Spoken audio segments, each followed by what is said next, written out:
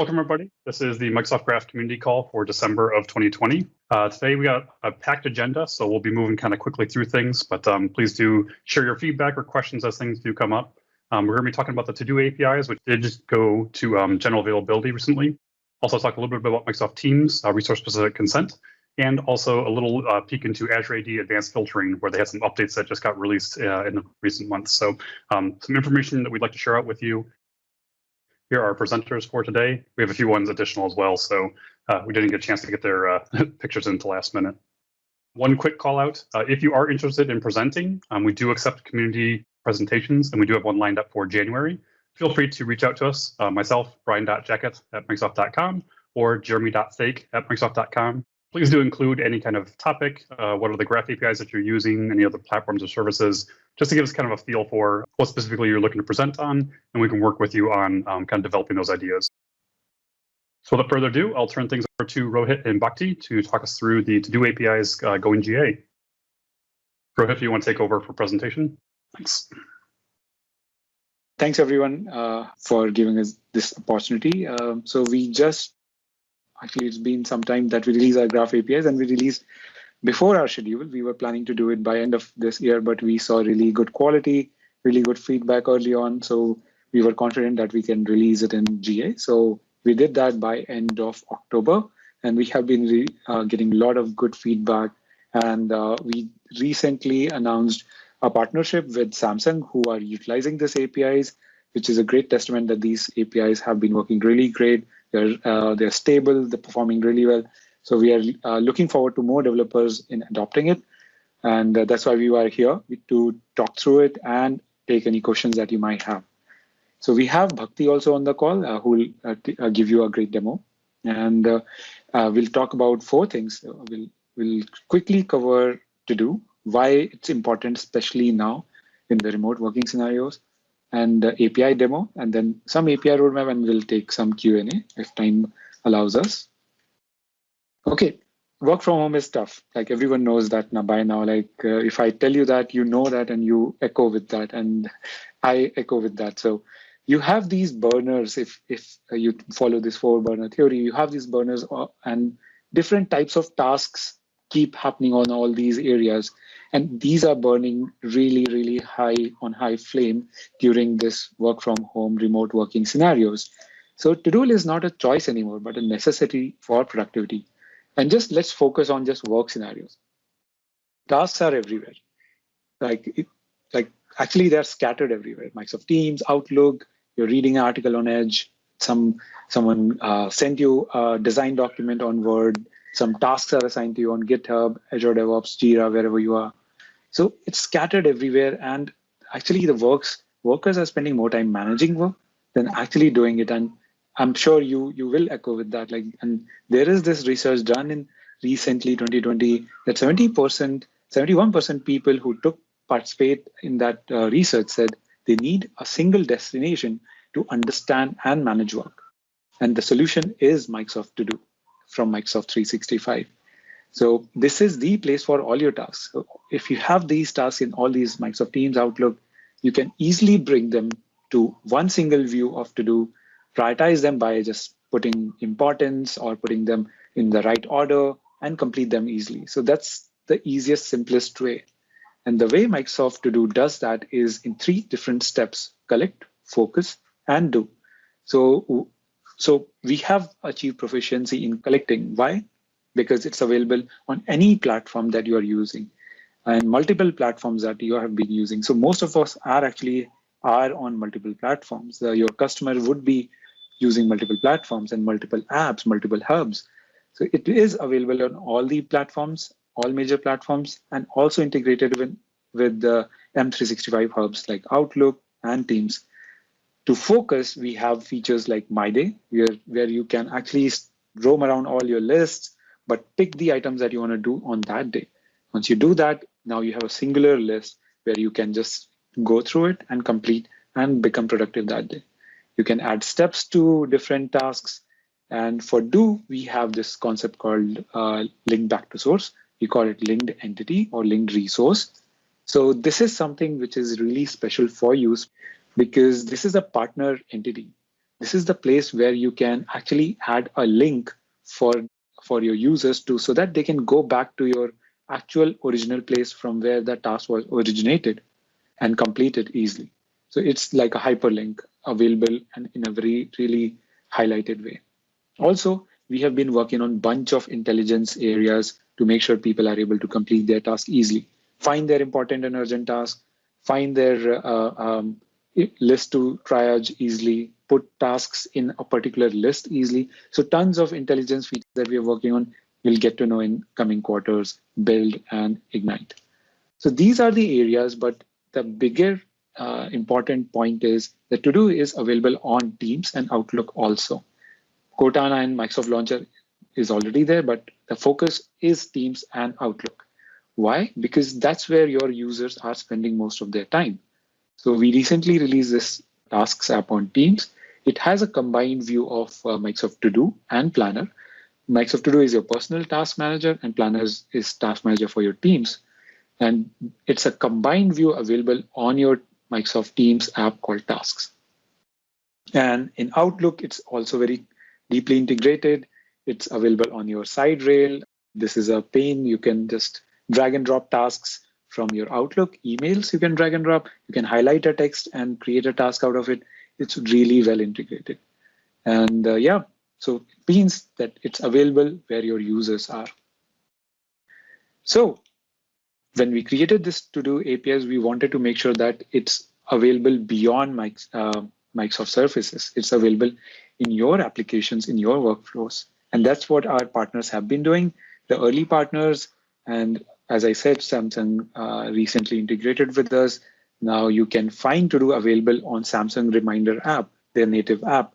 So that's the latest integration that we have done. Apart from that, you can find all these early partners using To-Do APIs, Zapier, Yasoon, integrating with Jira, Teamwork, Toyota. All of these partners are early partners. They are using the APIs, and you will hear about their integration soon. And many of them actually have already written about them in their blogs. So what are the different pieces in the APIs? So there are two major entities and one other entity. The major ones are task list, which is container of tasks, and To-Do task, which is nothing but a regular task, a piece of content which somebody can complete, can add a due date to, can add a reminder time to, and we are calling it tasks, as simple as that. And yes, the third piece is linked entity or linked resource. So this is especially created for you. So let me talk more on that. So if you are creating a task, for example, suppose you are Jira or Yasoon in this case, and you're creating a task from Jira. And the scenario is basically if a task is assigned to a developer, you are creating a task in To-Do as well, so that the user can manage all their tasks, including this one, along with the other tasks the user has created on their To-Do list. So it's one comprehensive view of their tasks to manage and prioritize easily. So once you do that, you can also add a link back to your Jira item. That's the idea. That's the simplest idea that you can use it for. You can add the link from the place that you want to link to the entity you want to link it with. For example, here it's linked with Jira entity or Jira task, Jira issue, or whatever it is. Once it's assigned to that user, you can add an application name, which is Jira, URL, which is a web URL, and also a display name where you can put summary of that issue or bug or whatever it is. Okay, so over to you, Bhakti, to take us through a demo. Thank you, Rohit. Let me share my screen. Hello, everyone. So as Rohit has mentioned, we have gone V1 recently, and I'd like to walk you through our APIs, the live APIs that are there. So on the right-hand side of my screen, you can see Graph Explorer, which is open. And some of our samples are listed down here. So we can go and have a look at what are the to-do lists that are there in my account. This is the To-Do Windows app live here. And we can see I have a bunch of lists. And the get call on Graph gives me the list that I have in my To-Do client. So we'll go forward and create a task now in one of the lists. In the interest of time, I have already created the content. So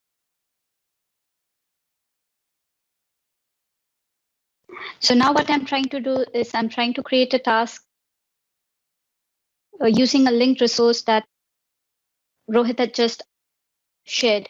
So now we have, if you can see on the left-hand side, one of the tasks was added, design document for subtask, which I just created. It has a link to open in Jira. We can do a number of things with it. We can add it to my day, assign it to someone, add a reminder, add due date. The best part about all these things are updated directly in Outlook as well. So the task that I had just added, design document for subtask, is right. So with To-Do Graph APIs, we are integrating Teams, Outlook, a very seamless experience. Now, those who have used Graph APIs, you know that one of the powerful features of Graph APIs is webhooks. So as soon as I update anything in this, I've already subscribed for it, and I add any information. There are webhook notifications that are sent to you saying that, okay, your task has been modified. So this is the power of To-Do APIs that we have for you. And one of the examples and the questions that I see in chat is whether anyone sees this APIs in Teams. So I can give a quick demo of where exactly these are seen. So these are the chats we have and the task by planner. And yes, these are the tasks that we have. And we do see the newly added task of create design document for subtask with a linked entity. Thank you. Thanks, Bhakti. I'll just quickly share my screen back and talk you through some details. What are the different things we are bringing? So as you see, you can do actually CRUD operation on task list, task, and linked resource. So we have created a quick URL for you, ak.ms/ to do APIs, and you can just click on it and you'll find all the details. Delta sync support is there. Open extensions are supported, so you can create any custom property that is required for your workflow, for your custom application, and add it to task and task list both. The API permission that you would need is task.readWrite. And currently we are supporting delegated permissions only. Soon we will be coming up with application permissions, as many of you have already requested. And currently we are supporting both enterprise and consumer accounts. So what is in our roadmap? So Bhakti gave you a preview of webhooks. Webhooks is actually available in private beta, which you can go ahead and try. Bhakti, you can share some instructions for you on the chat itself, and you can go ahead and try the webhooks if you have already integrated. It's available in private beta. We are fixing some performance and last of minor issues, and we'll soon be releasing the documentation and everything in beta. As I said, application permission is coming soon, but not anytime soon. Maybe in next quarter, in Jan to March timeframe. We'll confirm more internally once we have a better visibility. But that's next in our working backlog. And the other items in our backlog is subtasks, which is steps and attachments. So this is all we wanted to share today. I think we are out of time also. So we do have about 2 minutes, and I did see 2 questions come in if we want to try and answer those. Vincent's asking about, see here. I can see the GitHub icon. Any plans to integrate to do with GitHub notifications? Right. So currently we don't have that committed plan on that, but this isn't something which we have been discussing or hearing from a lot of partners. We'll soon update you. We'll be talking to the GitHub team, and we'll soon update you more on that once we have a committed plan. Okay. And next question, I think it's all we'll have time here, is Judith asking about a question regarding linked resource. We've been trying to implement the new API in our product, but we don't get any attachments back on multiple tenants. Is there something we should be doing to enable this? Right. So currently, linked entity are visible on your to-do applications only. So to-do views, it's available on your web, on the apps of Android, iOS, Mac, and also Windows. So all the basic to-do apps has been showing that, but currently the side pane of Outlook, to-do side pane of Outlook, that doesn't show it because they have a minimalistic view, and we didn't want to just add the detailed view there, so that it won't show it there. And Teams doesn't show it today. Teams will get it soon. So it depends on where you're looking at it. I'll be happy to talk through it and share you some experience offline also, but you should see it on your to-do applications. Okay, thank you. This time we'll have to move on to our next section. So very much appreciative. Thank you, Rohit and Bhakti, for presenting on to-do APIs. Really great to see this go GA and see the roadmap that's coming forward. Awesome, thank you. Thanks, Brian. Next, we have Nick Kramer. We'll be talking about Microsoft Teams RSC. Nick, I see you in the meeting if you want to come off mute. Hi there. All right. Yeah, we recently released resource-specific consent for Microsoft Teams and wanted to tell you about that and, use an extra 30 seconds to tell you about some of the other granular permissions work we've done this year as well. So if you look at where we were at the start of the year, there was basically 2 permissions controlling all of the different graph APIs for Microsoft Teams. We had Group.ReadWrite.All and Group.ReadWrite.All. So that was your choices. Would you like to be able to read everything in the universe, or would you like to be able to write everything in the universe? So our first improvement this year was creating more permissions. We created about 24 new permissions to give you more granular access to the various parts of a team. And so this would allow you to do things like, just kind of put this picture form, Group.ReadWrite.All was really an all or nothing model. Now, all parts of a team, all teams, and all parts of a team. With granular permissions, you can start to make statements like, this app has access only to the channel names across all teams, but it was still an all teams model. And so resource-specific consent allowed you to scope that to a particular team. You can now make a statement that says this team or this app has access to exactly one team, has access to only the channel names and only in team 2. And what this enables you to do is what we had a real problem with is an awful lot of scenarios only worked with admin consent. They said, well, you need access to all teams. The only person who's able to consent on behalf of all teams is the admin. So your app needs admin consent. And you had that awful experience where you went to run an app and you just couldn't do it because you're not an admin. And so resource-specific consent, the really short version of it is it turns that brick wall experience into something that actually works, into just another Teams app that has permissions that you can actually consent to.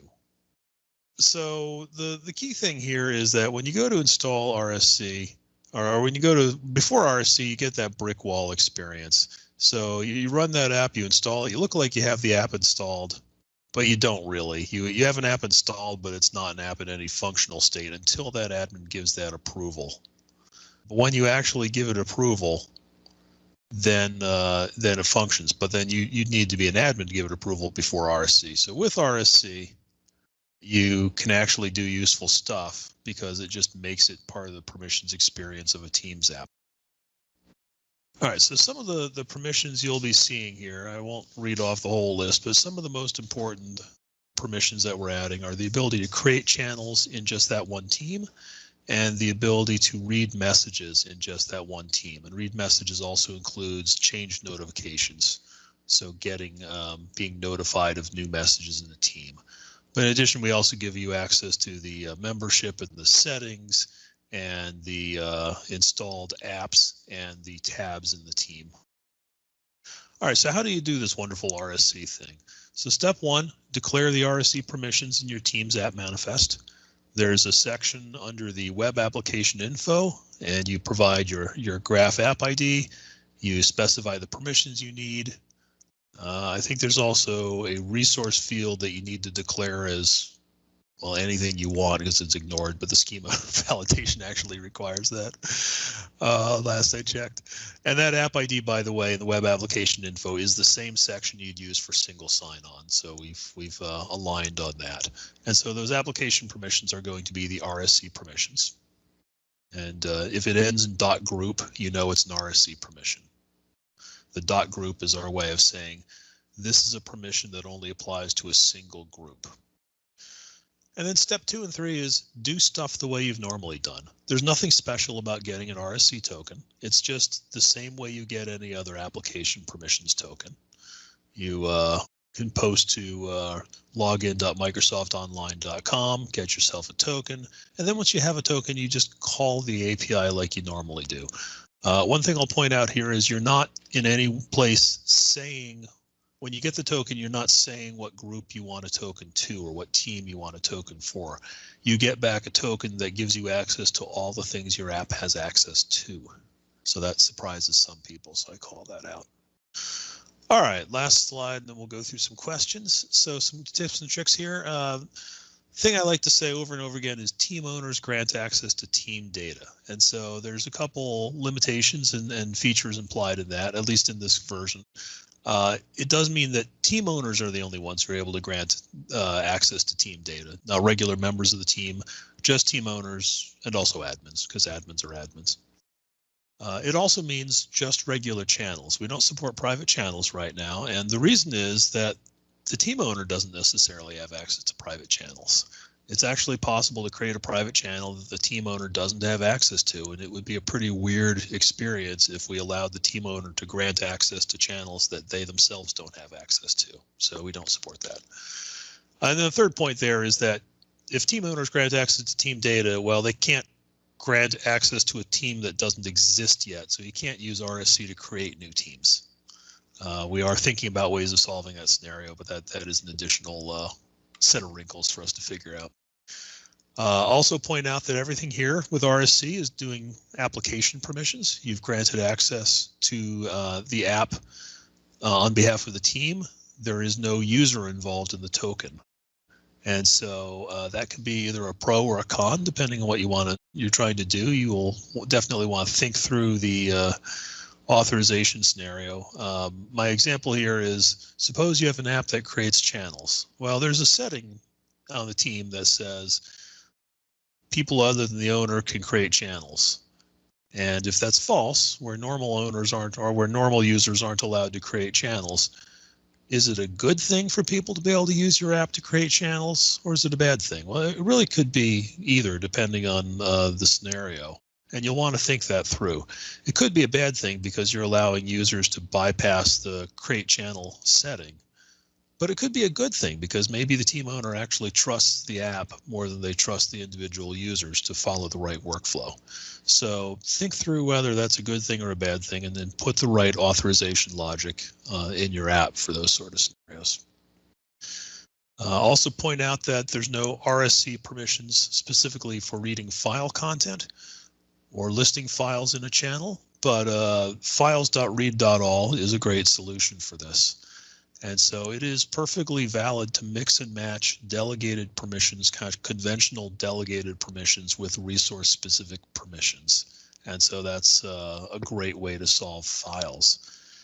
Final thing I'll call out is just keep track of your app IDs. There's a lot of different app IDs when you build this sort of solution. And so do your best to be mindful of which one's which, and frankly, try to use some of them in the same place. Like a Teams app ID doesn't have to be different from your Graph app ID.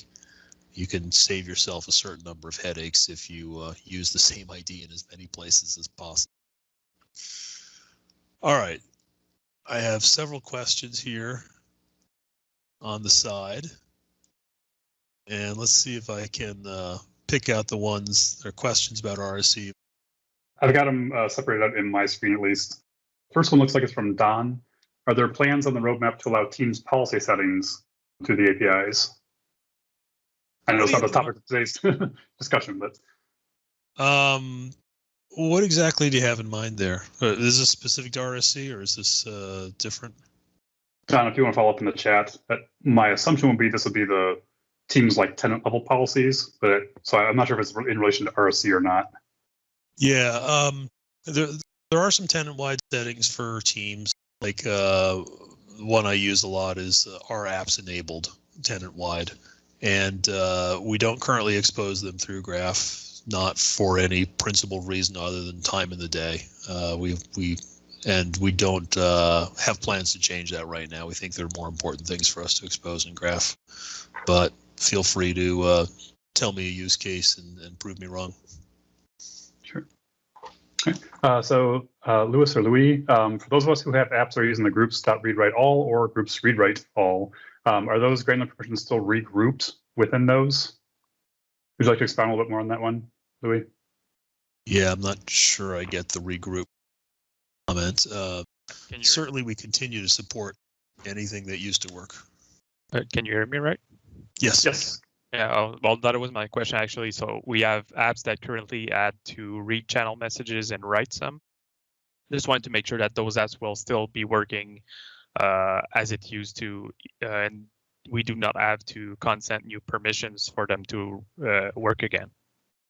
That's correct. Yeah, we're continuing to support all the stuff that used to work. Perfect. Sounds great. Thank you. And then Paul has two questions on here.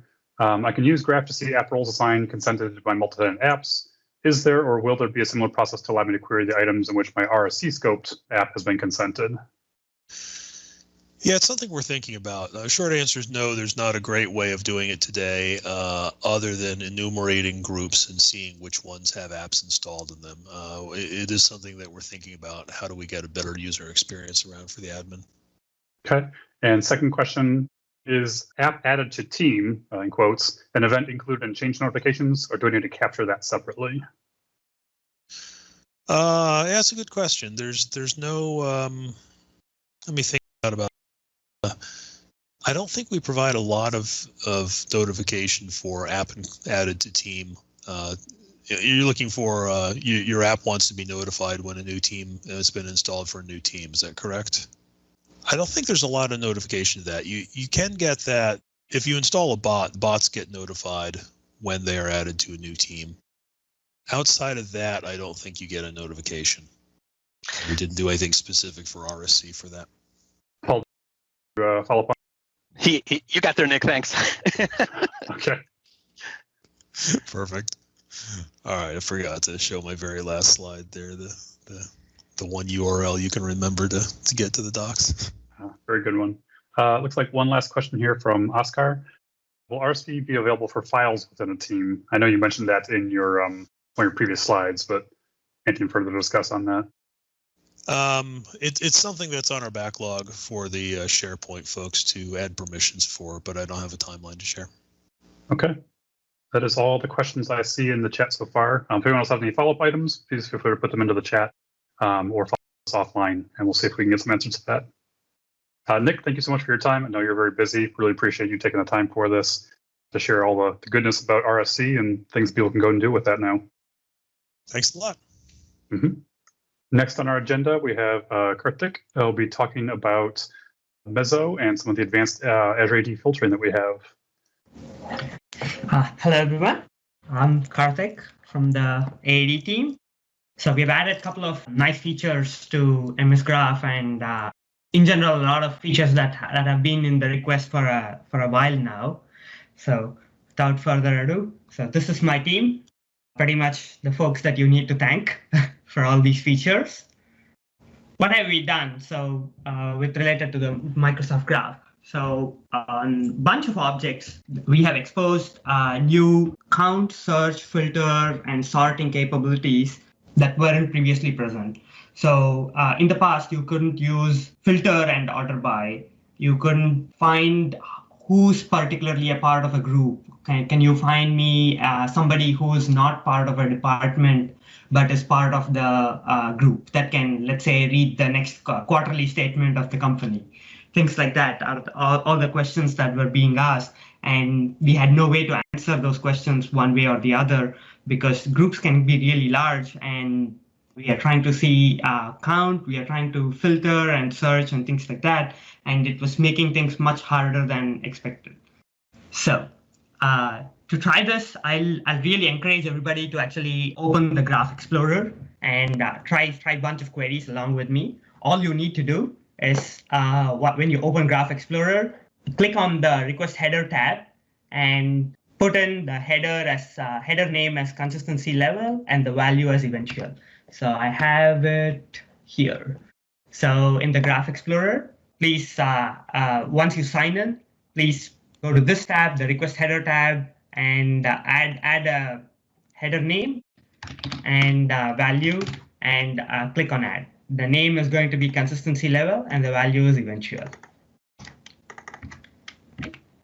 Pretty much all of these capabilities are live now, and you should be able to use them along with me. Here are some of the questions that have been asked in the past. So how many users are there in my tenant? So this is one of the OData flavors of count. So the /$count is called the raw count. So I just need a number. So give me how many users are there in a tenant. Give me a list all users that are guest users in my tenant along with the inline count. So this is the way to do, if you put the $count equal to true in the query string parameters, this is a way to get the inline count. Very quick demo. So I'll do this on groups. So this is the raw count where the return type is just a number. Change this to, so this is going to be the inline count where you get the results as well as the count is embedded in the return datagram.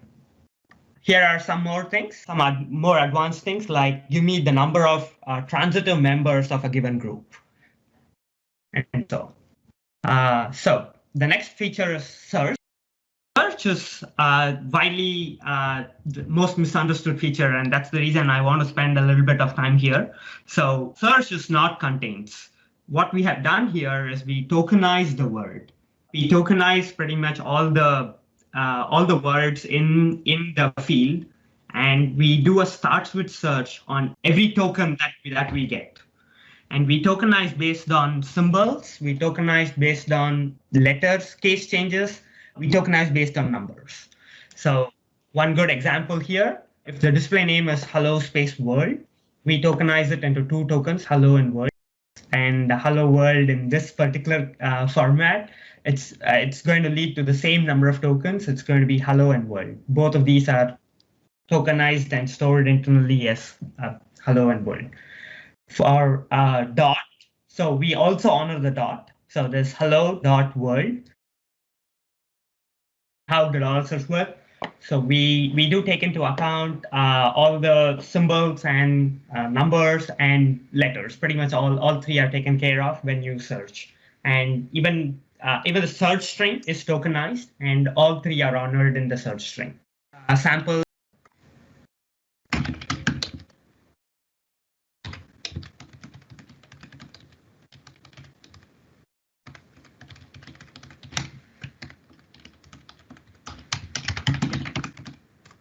So a very quick one. So if you search for queen, you will see users like McQueen, McQueenie, Queen, and Queenie. So it pretty much does as starts with on every token. So David Queen is 2 tokens, David and Queen. First McQueen is 3 tokens. First this portion of Mech and then Queen. And so on. So basically everything that matches the tokens, you basically know. So here are some more examples, and you can also use this when it comes to like searching for group memberships. So expand a group transitively and search for Queen. This is also a very good example where you can use $search on. Moving on to filters. So what have we added? What are the new filters? So we have added ends with filter on email and user principal name. So this was one of the widely requested features because tenants wanted to know users who are not part of their domain. So give me users who have signed up with Microsoft account or Gmail account and so on and so forth. So you can always filter by mail ends with hotmail.com and so on. So this is going to help you found pretty much a lot of guest users and users from some certain domain and so on. We've also added a not equal to operator. So you can search for user type not equal to member, or pretty much any equal to or starts with matches. You can also substitute with not equal to. You can also say display name not equal to queen and things like that. So that'll also work. Regarding, and all of this is compatible with sorting. So here is another example. Give me all users who work in Office, so building 18, their office locations number in the result, along with the result, right? So this is also another very nice query that combines pretty much a bunch of features together. So pretty much coming back to the header, so this is the last slide that we have. So why do we add this eventual consistency header? So let's quickly do a demo on this. This and all the new advanced features support only eventual consistency, which means if you add something, you will not be able to read it immediately. So all the features that I demoed are all available in the Azure portal as well. So let's quickly try and see if I can create a group.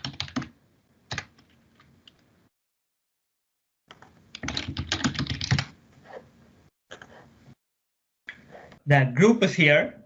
If I search for demo, let's say it doesn't appear, but it should appear in a while. So you will not be able to read your writes right away. And it takes a little bit to get your reads back. So it could be a couple of minutes behind the reality. And the correct way to think about this is these are different replicas in the system that do special indexing for you. And anytime you make these queries, you are targeting a different set of replicas, and it takes time to sync data across. OK, so it is taking a couple of minutes actually then. So there you go. Right. So please make sure that your application that you are targeting for all of these can tolerate this delay. And we are working towards making the delays as small as possible. But there is still a delay, and you will not be able to read your write right away. Let's move on. The last slide. So quick recap. We have added counts, both inline and raw counts that are supported by OData. Search, we tokenize and do a starts with on every token. Order by sorting, you can use it along with expanding a group, filtering, but the order by is today limited to display name and user principal name. We've added ends with feature on mail and UPN. We are yet to support $skip. Instead, we support the skip token operator. There's still limited support for $expand. There's not much of a support for $expand yet, but we are adding it. And we only support eventual consistency. So any feedback, please do visit this website and give us feedback, and also make feature requests that are top priority. Thank you, Karthik. We do have at least one or two questions in the chat window. Srivatsa is asking, is administrative unit in the count query? Also, are all the details added respectively in the annotation section of metadata? We have enabled the count queries for pretty much a whole bunch of objects and links as well. So it's not just administrative units. You can do it on contacts, devices, service principals, application groups, and users as well. And pretty much the support, all the search, count, filter, order by support is available on all these links as well. Excellent. There's two questions, I believe, related to the not keyword.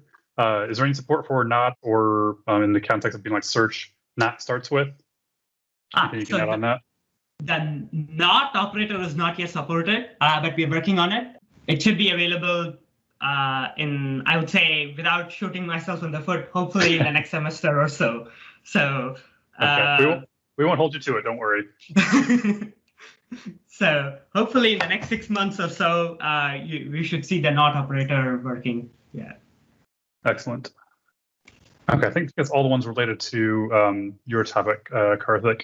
Thank you so much for your time. I know you were filling in for Luca while he is out on leave, so very much appreciate your time and all the information that you're sharing here. Let me jump to a few questions that I did see in the chat window on here. There were a number of people who were asking about SharePoint RSC, or resource-specific consent. no announcements on that today. Nothing's been publicly shared on that yet. We have talked with the team that's responsible for those APIs and something that they're looking into. If there's anything to share, we'll be sure to do that once something's available. Rohit or Bhakti, I'm not sure if you're still on. I don't see them in here. We had a couple follow-up items on Planner and To-Do APIs. Yeah, it looks like they've jumped out. So we'll take those ones. Paul, I see I had one, Andreas, and Ofer. We'll take those items, see if we can get those sent over to them afterwards. Let's go ahead and open it up for just kind of open forum questions. Question around, are we recording the sessions? Yes, we do. They get posted out to our YouTube channel relatively soon after the conclusion of the meeting. So you can look forward to, we'll share the link at the end of the session on here so you can see where that is at. Question here about what's the URL for Graph Explorer. Thank you, Seb, for sharing that into there. You can get to the quick link, aka.ms/GE, or if you go to graph.microsoft.com, go to the landing page for all the graph documentation. There is a link for that as well up on the top of our documentation. And even nicer, if you're looking through some of our docs and you go down into the actual, some of the samples, it is a GET request. There's a number of the requests. They'll actually give you a link to actually try it out directly in the documentation. Encourage you to go and actually try that out. It'll open a pane on the right-hand side of your window where you can actually fire those requests off directly inside the documentation. If I can pull up a sample, I'll actually share my screen so you can see it. So if you come into like one of our samples here for like listing users and you scroll down to one of our requests, you'll see this is a GET operation. And if you click on the try it, it'll actually launch this little pane over here. So this is basically a in-frame version of Graph Explorer. And you can be able to actually modify some of these things, run the request. And down at the bottom, you'll actually see the response coming back from this. So this is kind of a lightweight version of Graph Explorer. It doesn't have all the bells and whistles you'll see on the primary one. But you can do things, sign yourself in, and so forth onto this. I do see a number of questions in the chat window. Since we are short on time, and many of us actually do have to get to other meetings very shortly, we're going to wrap up with our final slides on here, and we'll see if we can get to you any answers offline after the session. In terms of a couple other things just to be aware of, if you are interested, we do run a Microsoft Graph TAP program. As part of this, there are a number of different kind of benefits that are included with this. One thing that we do provide is a monthly briefing on NDA and kind of upcoming private information. So things that are under NDA kind of in terms of roadmap and so forth. Feel free to submit your company into this. You can see the link down at the bottom on here, aka.ms/graph TAP form. We review our submissions usually on a weekly-ish basis. So it might be a little bit until we can process all those, but feel free to submit into there if you're interested in joining. Also, do be aware we have a number of different Microsoft 365 developer community calls. On here, you can see a number of them, things like adaptive cards, ourselves with Microsoft Graph, Microsoft Identity Platform, Teams, Office add-ins, Power Apps, and so forth.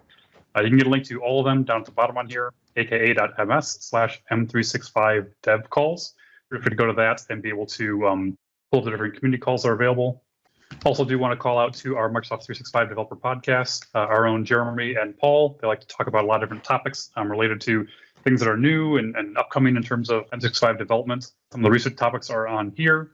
Feel free to subscribe to that and listen and to stay up to date on what's going on in the M365 dev world. And lastly, note that we do record all of our sessions. You can find them on the YouTube channel for this, M365 Dev YouTube. Feel free to subscribe to that. You'll get a notification of when the recordings are posted. And note that our next session will be on January 5th, again at 8 a.m. Pacific time. You can get the link to the ICS for getting into the actual invitations, aka.ms/Microsoft Graph call. With that, we thank you all so much for your attention and time today. We did have a packed agenda again, but appreciate all of your questions, all of your feedback, and all of your interactions. Very much appreciated from us as organizers. Hopefully you get a feel for that sense as well. And with that, we will look forward to seeing you again next month in January. For those of you celebrating holidays, have a great time off or any other type of closing to the year. We'll look to see you in the new year. Thank you.